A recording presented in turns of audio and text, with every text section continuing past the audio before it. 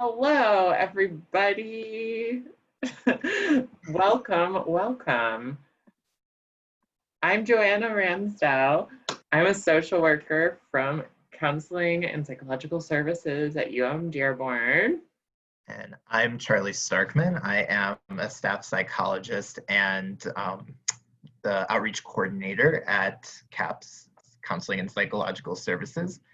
Today, we are going to be presenting on body image and all of its many facets, I guess we could say. We'll talk a bit about, how to be able to identify and feel more connected to the things that you do like about your body. Thinking about, just as general, what is body image and the different aspects of body image, as well as, working on reframing maybe some of the negative thoughts that we might have about our body. So that's going to be the gist of the presentation. So I think we're ready to get started. All right, sounds good. I will share my screen. Okay. Find the button to do that. Where is it? There it is. Okay. Let's go to the beginning here. All right. All right. Okay. So we are going to start off with an activity. So this is going to be creating your own top 10. So for folks who are tuning in, no pressure to participate, but if you'd like, we wanted to challenge you to think about 10 things that you like or love about yourself. And we want to be clear that these are not necessarily just external physical characteristics. Thinking outside the box can be really crucial here. So thinking about, what are some of the things that you like about yourself, maybe personality-wise, as well as things that you like about yourself physically. So I'll use some of my own examples. I like that I have a good sense of humor. I like that I'm a compassionate person. And I also like that I have long legs. I've always kind of been fond of those and being taller. So those are just some things that stand out to me.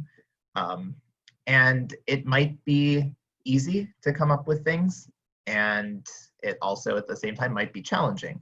So it says here, make sure that you come up with at least 10. You don't have to hit 10. This is not a hard and fast rule, but maybe taking some time and jotting down some ideas, and if you feel comfortable, sharing them in the chat feature, and maybe we can give folks a couple of minutes to do this. Does that sound good, Joanna? Do we want to?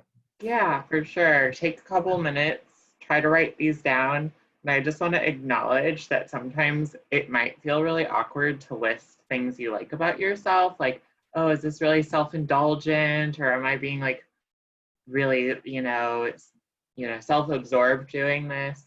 But one of the points that I think we're going to try to drive home from this workshop is that investing in yourself and your self-esteem is not a selfish act, and it's really important for your mental health to be able to identify things that are your strengths or things you like about yourself, whether those be internal, external, or both. So I'm going to really challenge you to be vulnerable with this process, be vulnerable with yourself, and try your best to name just 10 things. They can be small or big, right? No rules. Yeah. And if you do feel like sharing them, you don't have to share all 10, maybe just a couple that stand out. And the goal of this exercise also to just recognize all of the different aspects that make us who we are. And Joanna brought up something really important. Body image and self-esteem are so tied together that it's really hard in a sense to have one without the other. So kind of keeping both in mind will be important as we progress through today's workshop. So we'll give a couple of minutes.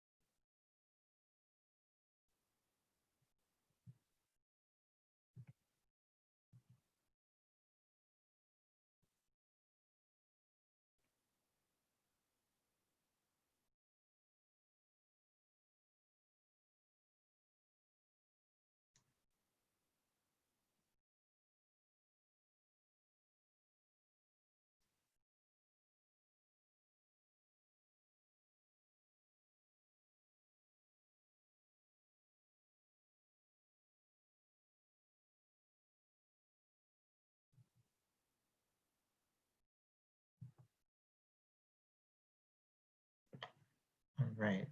Maybe thinking about another minute or so. And again, if you made the list but you don't want to share anything, that is totally fine. And keeping this list for yourself regardless can be beneficial. Just having it around a positive reminder, something affirming that allows you to really connect to the things that you do like about yourself, the things that you love, the things that bring you a sense of joy about who you are.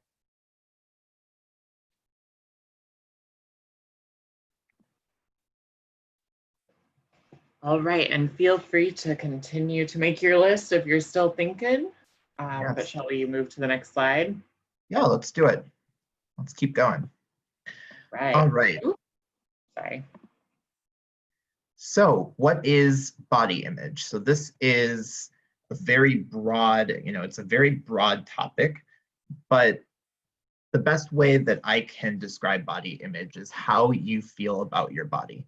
And this is going to change from day to day in the same way that our bodies change from day to day. And there are a lot of different influences on our body image, both genetic and environmental. So kind of that nature versus nurture. Everyone's body, just based on physiology, genetics, all that good stuff, is going to be different, right? All of our bodies look different. No one person is the same. But we also know that a lot of times, our society, especially Western societies, media, culture, and even our families put a lot of emphasis on our appearance. And the comments that a person might make to us, or the things that we see on television, or any number of, or social media, any sort of number of factors can impact the way that we feel about our body, and as a result, the way that we feel about ourselves. Again, really recognizing that link between body image, self-esteem, self-worth, really thinking about that connection and how all of it makes us feel too, because we know that if we don't feel good about the way that we look, when we think about some of the psychological factors, we know that having low self-esteem can contribute to feelings of depression, feeling anxious maybe about being around other people, that fear of being criticized, so kind of like social anxiety. There are a lot of different ways that our body image can really impact our functioning. So it's an important topic to look at a bit more in depth. And if anyone has any other influences that they can think of that aren't here, please feel free to share those with us. So I think we're ready to go. So now we know a bit more about what body image is. And traditionally we've been able to break down body image into 4 different aspects. So the first is the way that you see yourself. So this can be both in terms of the physical, and it can also be in terms of the emotional and your own self-perception. The way that you feel about the way you look is also really important. Again, building on that self-esteem component, and what feelings come up for you maybe when you look at yourself in the mirror. What comes up for you when you are around friends or family, or people that matter to you, and how do you feel in your own skin? Thoughts and beliefs, the way that we think about our body, the way that we approach our bodies. And we might have days, again, where we feel really positive about our bodies, where we really like a lot of our physical attributes, and we're going to have days also where we don't necessarily feel great about how we look. We might become really self-critical on certain days. Maybe we wake up and our skin might not look clear, or wake up and we see we see that our hair looks a mess, whatever it might be, we might start to internalize a lot of negative thoughts. And this is where it's important to, gain that awareness of what are some of the thoughts that we have about our body. And it links a lot to the way that we feel about the way that we look. Everything is interconnected. And the last aspect of body image that I'll discuss is the things that you do in relation to the way that you look. So to kind of break that down a bit more, thinking about the ways in which you are in your body based on your own physical appearance. Do you feel, on days when you feel comfortable in your body and feel good about yourself, are you more likely to spend time with others? Are you more likely to be physically active and, taking agency of your body? Or if, let's say it's we can call it a bad body image day. Maybe this is the day where you might wear really baggy clothes, not really wanting to look at yourself in a mirror, not wanting to be around other people. So thinking about how our actions are influenced by our body image. And again, just like we know that body image changes from day to day, the things that we do, the thoughts and beliefs, the way we feel, and the way we see ourselves, all four of these aspects are constantly changing. And that's just something important to keep in mind. So now that we have a sense of what body image is, different aspects of body image, as well as hopefully a list of the 10 things that you like and love about yourself, I'm going to turn it over to Joanna to continue building on this kind of intro block, you could call it. Yeah, I feel like, and it's also important to really emphasize that all of these four things are really connected, right? Because if you're seeing yourself in a negative light, you don't feel good about how you look, what does that do to your mood and your energy level, right? You might feel really down on yourself or tired or like unmotivated as a result. And that's going to impact how you engage with your body, right? Like you're maybe not going to feel as motivated to take the time to prepare a really healthy meal for yourself, or move your body in the way that feels good, or do things that make you feel better, because you're just kind of in that sunken feeling about who you are, right? So all of these, I think it's really important to connect our self-concept with our behaviors, and then our behaviors then reinforce that self-concept, so it can be very cyclical. So how do we kind of break that cycle, right? So I wanted to go into a couple of terminology explanations. Unfortunately, I forgot to copy and paste the text, but I will just tell you about these two terms that you may have heard in relation to body image. So a lot of times these two get really confused with each other.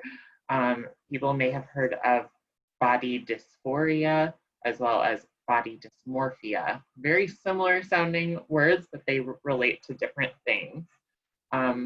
So when we talk about body dysphoria literally kind of translates to, lack of like pleasure or lack of like satisfaction, right? So it's a lack of satisfaction in the body, and also a feeling of like, I don't look like that. I shouldn't look like that. It's a disconnect from you and your body. People can have dysphoria related to a ton of things, and it can be dependent on culture, right? Because in some cultures, maybe a thin body is idealized. So you might feel dysphoric about having a more curvy shape. Or in, like a lot of Latin American cultures, actually a curvy shape is more idealized. So you might have dysphoric nature about a thinner body type. You can also be in relation to gender. Gender dysphoria is a term maybe people have heard, and that's where people feel like the body characteristics don't match their gender identity. So it's literally a feeling of like, this body doesn't belong to me. Dysmorphia is more of a distorted view of your body. So it's not necessarily that you feel disconnected from your body, but you're viewing it in a way that isn't based in reality, or you're kind of viewing things as imperfections when they might not look like that to the objective eye. A lot of times this plays into eating disorders, especially one of the key features of anorexia is that you you're usually underweight, and you view yourself as literally carrying too much body fat, right? Even though statistically and the measurements do not add up to that body image you have of yourself. So dysmorphia is more like, I'm seeing this as a flaw when, objectively, empirically, it's not necessarily the way that I'm seeing it, if that makes sense. So let's talk a little bit about body image. We have a couple of slides talking about positive body image and negative body image. Those terms might be a little bit reductive. What does positive really mean? I would kind of maybe say like even just healthy body image, or body image that's going to lend itself to a more healthy self-concept and lifestyle. So there have been studies to show that people with a more healthy body image tend to kind of exhibit the following traits or behaviors: balanced nutrition, sleep, and exercise movement. Note the word balance. It does not mean perfect. It doesn't mean you're never eating pizza, right? But I think pizza can be tremendous self-care. I think staying up late and talking to a friend can also be self-care, right? But we're talking about balance. That means I'm not only eating pizza. I'm not never getting sleep or always going to sleep at 3 a.m. and sleeping through the day, right? I'm moving my body in a way that might feel good. And we all have different physical capabilities and physical needs for our body. Maybe movement is going to be stretches for some people, or a light walk, and maybe it's going to be a full, high intensity workout for others. But it's really about listening to your body and giving your body what it needs. And the great thing about that piece, of like the nutrition, sleep, and exercise, those are all behaviors that we do have control over. So you might be like thinking, oh, well, I don't have the best body image. What do I do about that? Like, I can't change that. Well, if you start engaging in behaviors of a person with a positive body image, it can eventually transcend into having a more positive body image. So it's kind of like fake it till you make it, if that makes any sense. So people with healthy body image also tend to focus more on what their bodies allow them to do rather than what they look like or what physical traits they have, right? So the functionality of the body, and we'll talk about that a bit more. Making more kind, compassionate, or even neutral statements about the body, right? So even if you have certain areas of your body you're not happy with, that's totally fine. We all have that, right? But the way that you might talk about that is more neutral and less shame-filled. Like, oh yeah, this is something I don't love about my body, but I'm kind of just naming that and I'm not identifying with it, as opposed to really being down on yourself about your body shape, weight, etc. Wearing clothes that feel good, having a personal sense of style, right? Like not feeling like, I think a lot of people might say like they have certain goals related to how their body should look. So they'll like buy clothes in a size too small or size too big to like aim to change their body so that they can then wear clothes that make them feel good. But really what we know about body image is it's really healthy to just dress for your body right now and celebrate it for what it is in the present moment, because that'll help put you in a better frame of mind to work towards those goals. You don't need to wait to celebrate your body. Also self-worth that's independent, or at least not completely linked to your body weight, shape, and appearance, right? Is your self-worth, and maybe even looking at your top 10, was your top 10 really focused on only internal or only external, or was it more balanced, right? Because if your self-worth is only related to your external appearance, it's gonna really be a little bit more shaky if you can't name other things about yourself you like. Also, comparisons to others can be really unhealthy, especially if you're somebody who might struggle with dysmorphia because you're not making fair comparisons, right? So any sort of comparisons to what the beauty standards are, and I know personally as a woman, it's very tricky, right? Because the beauty standard is just so unattainable. It's like you have to be really thin, but then you also have to have perfectly womanly curves, and you have to be the perfect height, and you have to have a certain, like, you know, you don't want too dark skin, but you don't want too light skin. It's just, there's so many things that just make it like, what is the ideal body, right? So when we compare ourselves constantly and don't celebrate our uniqueness and diversity in bodies, it lends itself to unhealthy stuff. So then negative body image, right? This is kind of just going to be the opposite of what we described. Are you obsessively criticizing yourself, right? Do you feel like a lot of your thoughts throughout the day are focused on what you don't like about yourself? Do you make negative comments or judgments about your body frequently, even as joking, right? Be aware of that. Are you somebody who even wants to like laugh it off and be like, oh, I look terrible, or oh, my nose is so big, right? If you're even joking about those things, it does have an impact on really how you feel about yourself. Again, the comparisons, right? If you're comparing yourself frequently, if you are preoccupied with your body weight, size, and appearance, and it's tied to your self-worth, right? Do you feel shame, anxiety, or self-consciousness when, you know, wearing a swimsuit, right? Versus like, are you not able to like enjoy summer where you're going to be wearing clothes that reveal more of your body just by nature because it's hot, right? Are you using unhealthy behaviors as a means to change your weight and shape, right? Restricting food, you know, other sort of disordered eating behaviors, those can really be dangerous. A lot of people get caught up in this cycle called, you know, it's like eat, repent, repeat, right? Yes. You'll like eat food that you want in the moment, and then you'll feel really guilty, and your repent will be, I'm going to run 10 miles and I'm not going to eat anything but salad for the next 2 days, or I'm just not going to eat at all.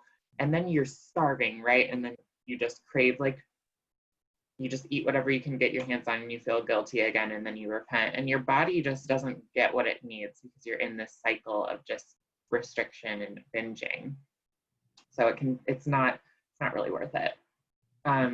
Feelings of depression, isolation, and low self-esteem obviously are really connected to this negative body image, and can also lead to eating disorders. So it's really something to be mindful of. So Charlie, do you want to go over some statistics?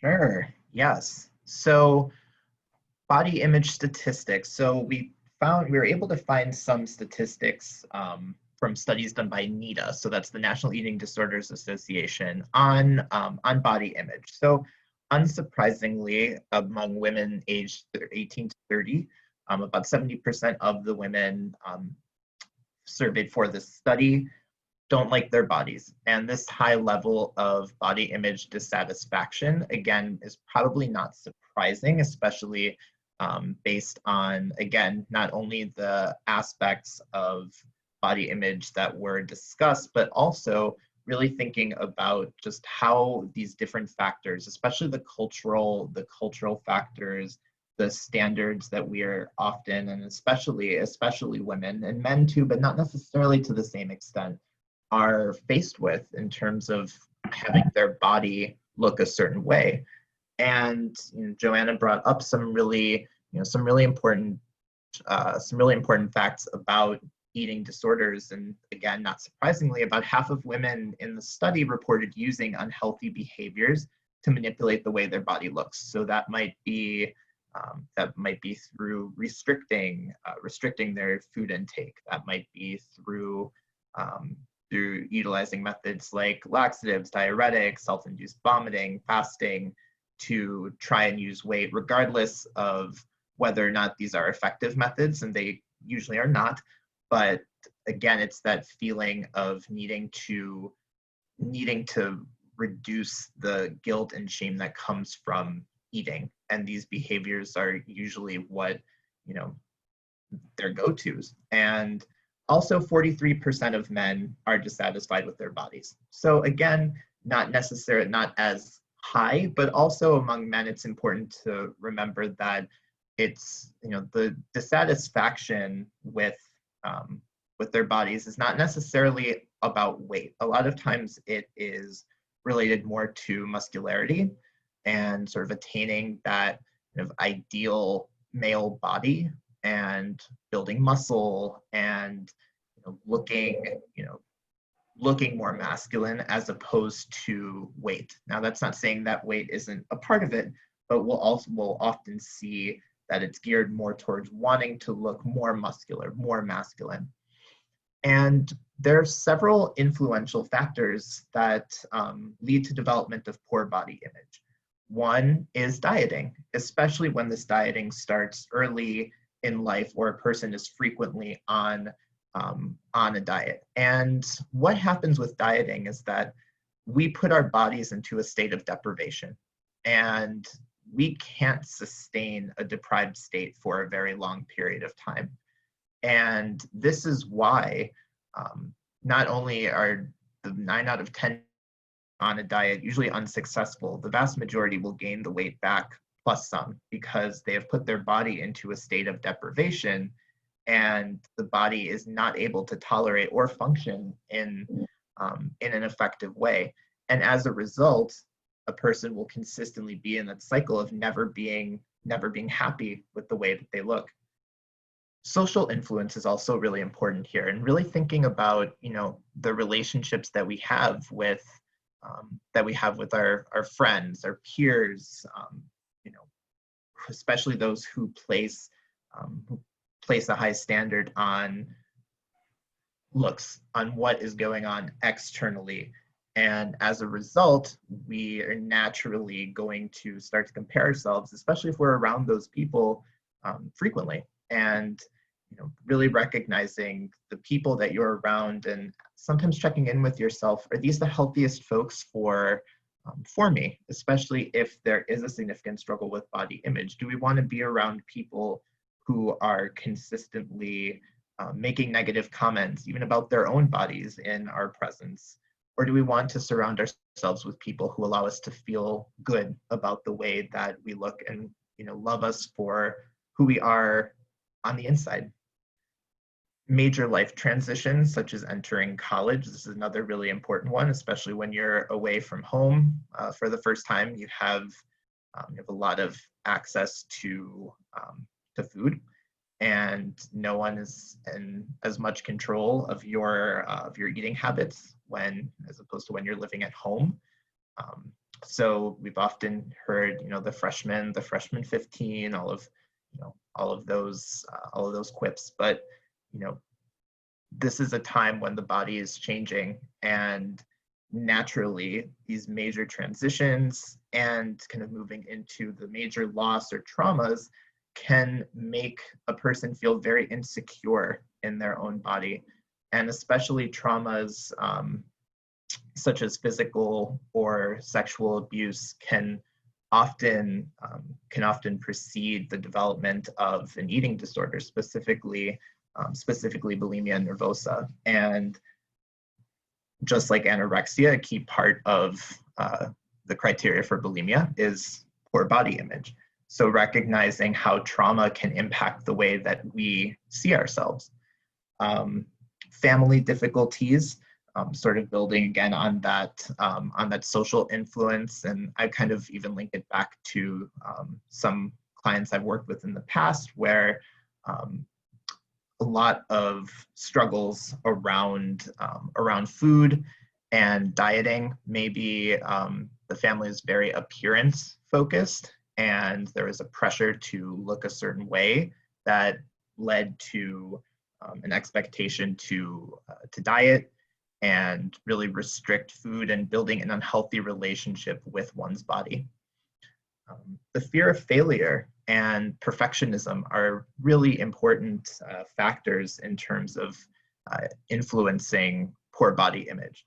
And recognizing too that, you know, as Joanna was saying, it's all about balance, right? We are not able, unfortunately, to attain perfection. And we know that because our bodies are changing every day, that it is impossible for our bodies to be perfect. Now, that doesn't mean that the desire just goes away, but when that fear and that desire for perfection to attain the unattainable becomes really pervasive, it makes it really hard for a person to function in other areas of their life because they become preoccupied with their body image and the way that they look.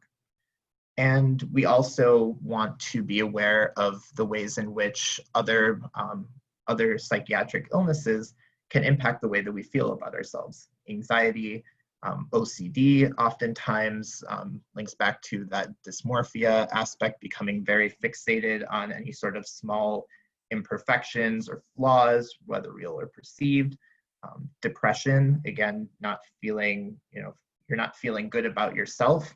There is a pretty significant chance that you're also not feeling great about the way that you look or about your body image in general.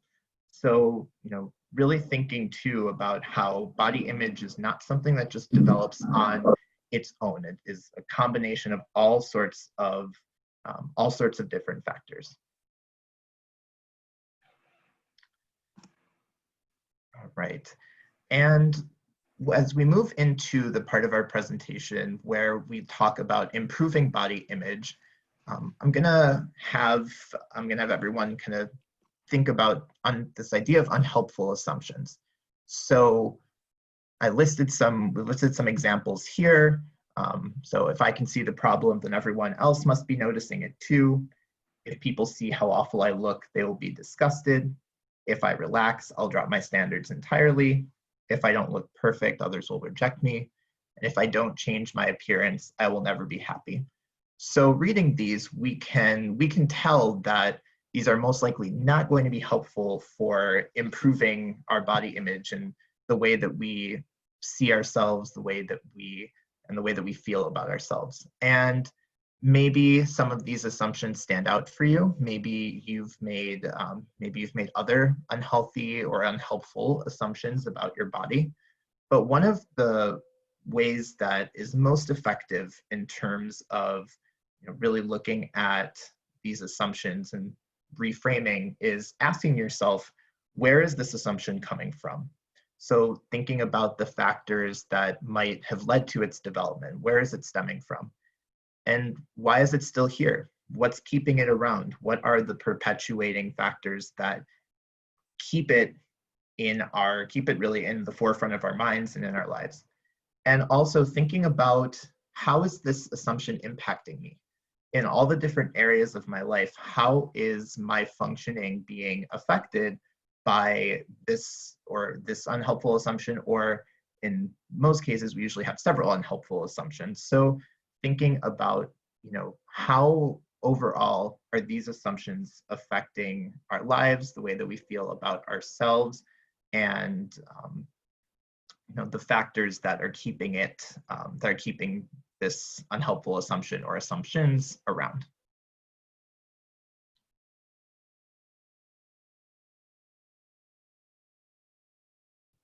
Oops, sorry, hold on. Okay, so kind of focusing on those body assumptions, right? That if I don't change my appearance, like I'll never be happy. That one sticks out to me a lot as really indicative of this whole problem, right? The idea that I can't be happy if my appearance doesn't change, right? Maybe it's not just about changing appearance as much as it is changing perspective. And one of the ways we can change our perspective is to change the way that we judge ourselves and judge our bodies, right? We often tend to focus on how our body looks to others and to ourselves, but how often do we think about what our bodies allow us to do in comparison to the appearance, right? And I want to be mindful that there are folks with disabilities out there that may not be able to fully engage in this practice in the same way that many able-bodied versions of humans are able to, and that's totally valid. So I want to be sensitive to that, you know, I'm not just going to say, well, be really grateful you can run because not everybody can run. Be really grateful you can see because not everybody can see, right? But whoever you are, whatever your body chemistry is it possible for you to name a few things that your body allows you to do, right? If you're still here on this planet, you're breathing. That's amazing, right? Like your body is constantly, without you thinking about it, keeping you alive, and your lungs are working to kind of help you breathe, right? Or so I think hopefully all of us, you know, all of us who have bodies, our bodies are doing something for us to keep us alive. And for many of us, our bodies also allow us to do things beyond survival, but also help us do things that we enjoy, do things that are good for us, right? So an example of how we might put this into practice, shifting from appearance to function, is I hate my stomach. I wish I had a flat stomach with abs. What if we instead thought about the stomach as it digests food? It allows me to eat my favorite foods and stay alive. Without a stomach, I wouldn't be able to do the things I love most, like moving, dancing, right? Because I need my stomach to help fuel my body, right? So that's just one example of how this reframe might work. So let's put this into practice, right? So what are let's first grab a pen and paper if you are watching and see if you can do this for yourself. Charlie's got his pen and paper. I've got mine right here. We're gonna do this with you. We're all in this together. So write down 3 body judgments that you often have. Take a couple of minutes and start there.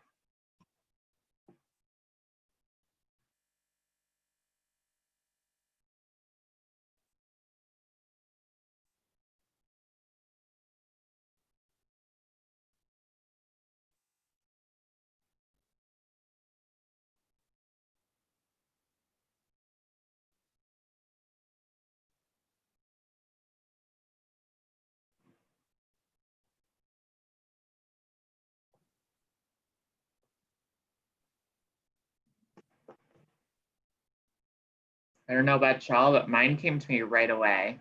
Like, Yep. Hopefully you guys are able to identify. I think we all have these body judgments. So, you know, what are those things that come to your mind a lot about your body?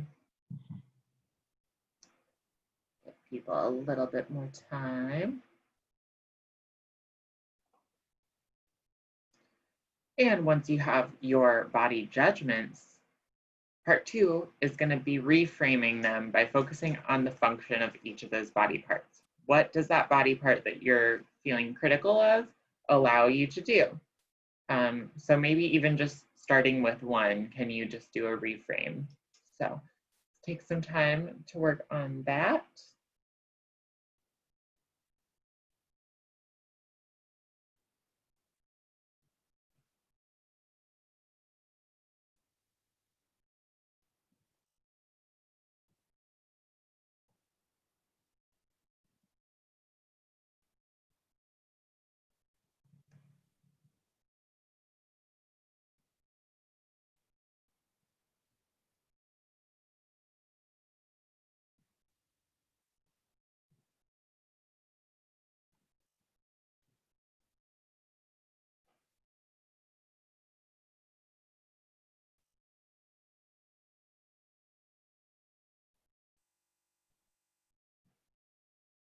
And remember, as you're writing these, get specific in your answers, right? The more function and also gratitude you can put in your reframe, it's going to be stronger.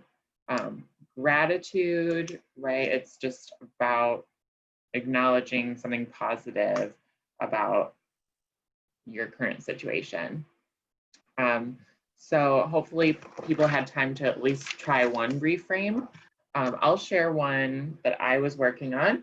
My body focused judgment was around my height. I know y'all can't tell because this is a Zoom call, but I'm 5'11". So and I have been since I was like 14. So I have some self-consciousness around that, I think I've grown to accept it more as an adult, but I definitely remember towering over people and not liking how I was standing out and not feeling comfortable with that. Like, I'm too tall for a woman. So my reframe was that I'm able to reach high places on shelves. I'm able to store things, in high cabinets, on high shelves in my bedroom, and like hang pictures. And I really don't have to struggle. Like, you won't see a step stool in my house because I don't really need one.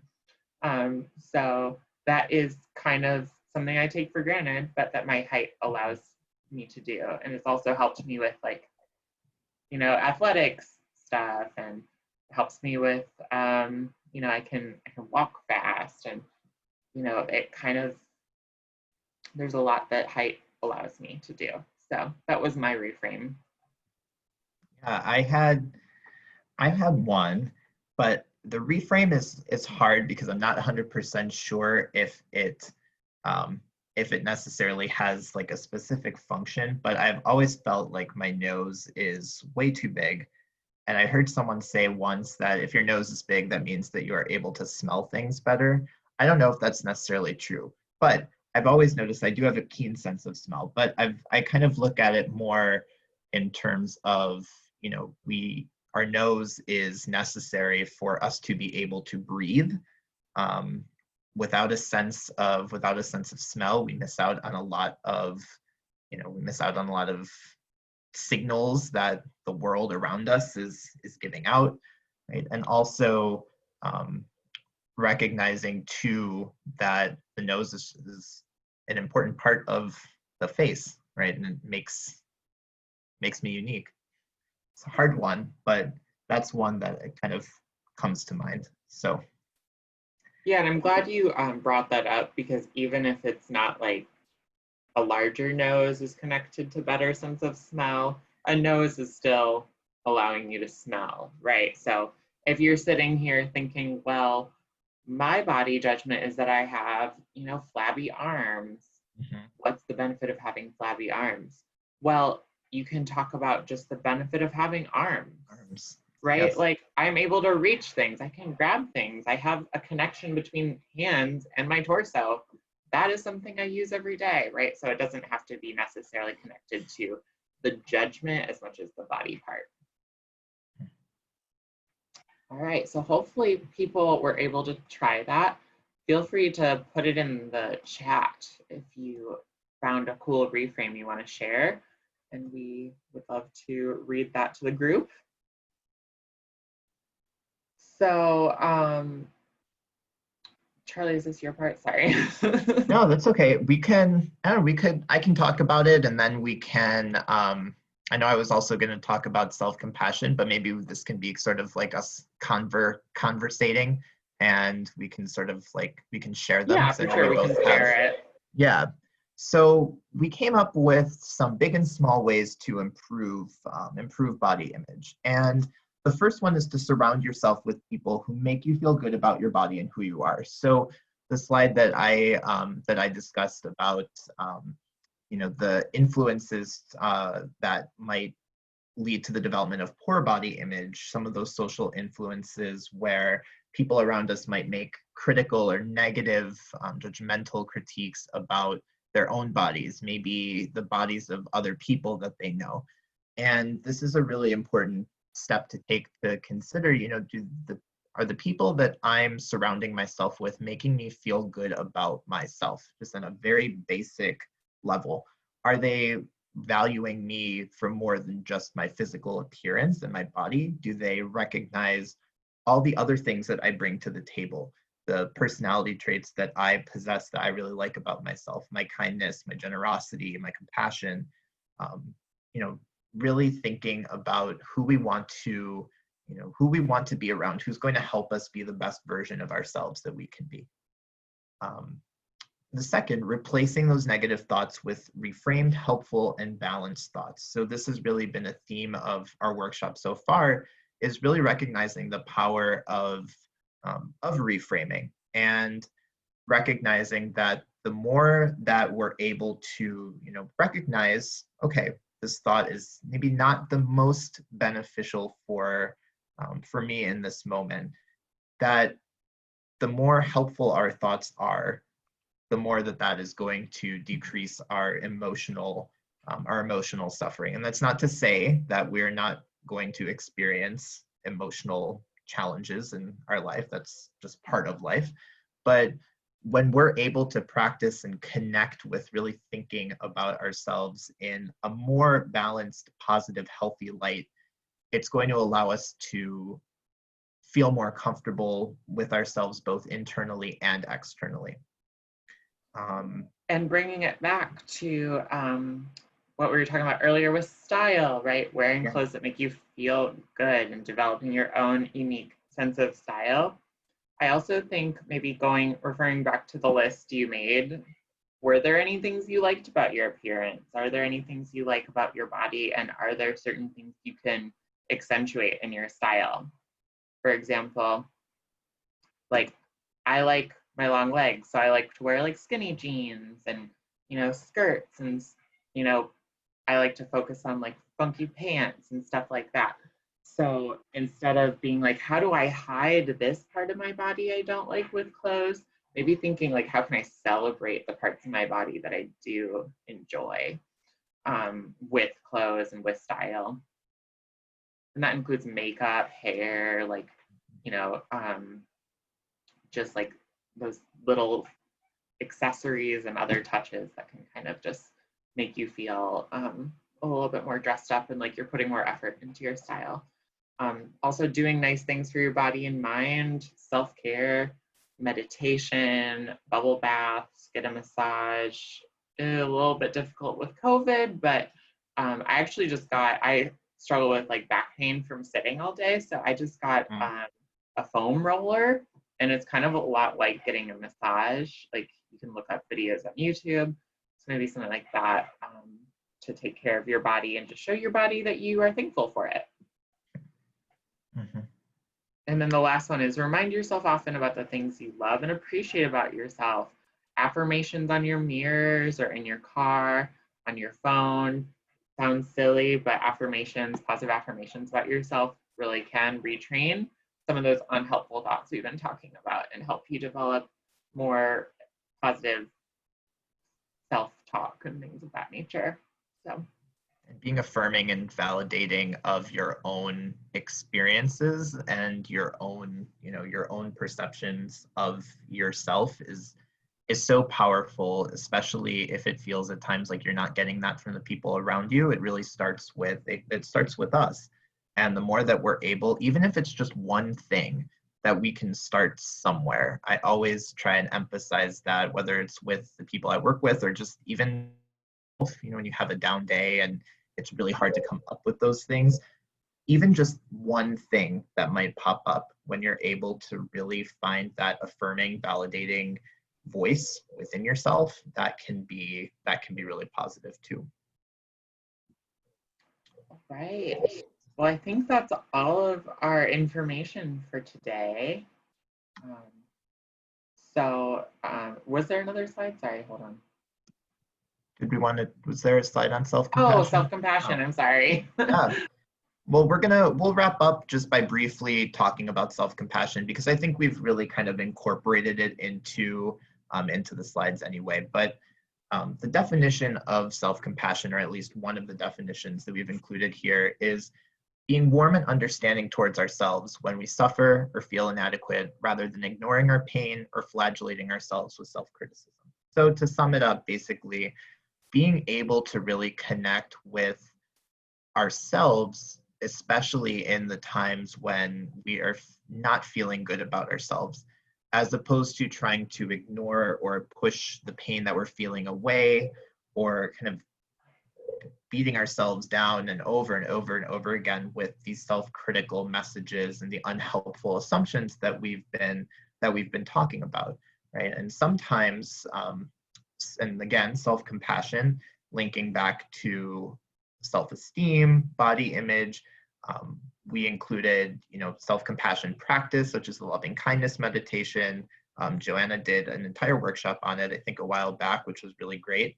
And, you know, just being able to connect with what we're feeling both in body and mind is really important for self-compassion. And sometimes an activity that I'll do with clients is creating a self-compassionate image. And it can be anything that you would like it to, how you'd want it to look like, but we want to make sure it has as many sensory features as possible. You know, having something that you can turn to in those moments when you're really being hard on yourself or you're in a lot of pain, tying it back to today's workshop, when you're having a bad body image day. And recognizing that the first step to starting to improve body image is to start to treat yourself with more kindness and self-compassion. And I think that is, Jen, unless you have anything else to add, I think that we've hit all of our points for today. For sure. And just like acknowledging also that self-compassion, it's simple maybe to describe, but it's really difficult sometimes in practice, especially if it's not something we practiced before or not something we observed growing up. So also be compassionate with yourself if this is hard for you, and remember that you don't have to work on this alone. We at CAPS are here to support you, and feel free to reach out to us at our email, umdearborncaps@umich.edu. If you are in need of any services or struggling with things related to body image, eating, self-compassion, we're happy to work with you on that. So give us a shout, and just remember to be kind to yourself. Yes, we are here for you. Yay. All right. All right. Thanks, Charlie. This was a good discussion. This is a good one. Yeah, very relevant. Okay, everyone, take care. All right. Bye.